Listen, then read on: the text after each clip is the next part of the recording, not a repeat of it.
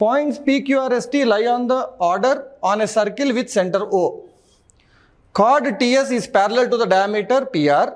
PR అనేది diameter. And RQT angle is 58 degrees. అయితే what is the measure of the angle RTS అన్నాడు. So ఒక్కసారి దీనికి సంబంధించిన కరస్పాండింగ్ డయాగ్రామ్ ఎలా ఉంటుందో చూద్దాం.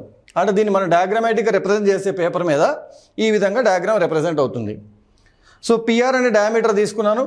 ఈ పిఆర్ అనే డయామీటర్కి టిఎస్ అనే కార్డు ప్యారలల్గా ఉండాలి, రెండు ప్యారలల్గా ఉన్నాయి. పిక్యూఆర్ఎస్టీ అన్నీ అవే ఆర్డర్లో ఉన్నాయి. ఓ ఈజ్ ద సెంటర్ అన్నాడు.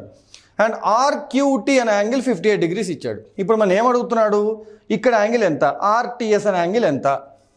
సో ఒక్కసారి మీరు జాగ్రత్తగా గమనిస్తే ఈ డయామీటర్ దగ్గర ఫామ్ అయ్యే యాంగిల్ ఇలా కంప్లీట్ చేసామనుకోండి, ఈ సెమీ సర్కిల్లో ఫామ్ అయిన యాంగిల్ ఏదైతే ఉంటుందో ఇది 90 degrees ఉంటుంది. Angle in semi circle is always 90 degrees. ఇంకొకటి, ఈ 58 degrees అనేది ఎవరు ఫామ్ చేశారు, ఆర్టీ అనే పాయింట్స్ 58 degrees ఫామ్ చేశాయి. ఇప్పుడు అవే పాయింట్స్ని ఎక్కడ జాయిన్ చేసినా 58 degrees ఫామ్ అవ్వాలి.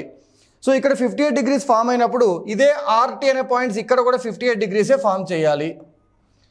సో ఇప్పుడు ఈ చిన్న ట్రయాంగిల్ ఆర్టీపీ తీసుకున్నారనుకోండి, ఒక యాంగిల్ 58 ఉంది, ఒక యాంగిల్ 90 ఉంది. సో ఈ రెండు కలిపితే 148. Total of any triangle is 180. అంటే ఇక్కడ యాంగిల్ ఎంత రావాలి, 180 - 148 విచ్ ఈజ్ 32. ఈ రెండు ప్యారలల్ లైన్స్ అన్నాడు.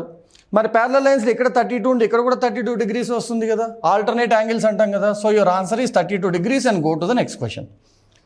సో మన సర్కిల్లో సెమీ సర్కిల్ యాంగిల్ ఫామ్లో ప్రాపర్టీ వాడాము.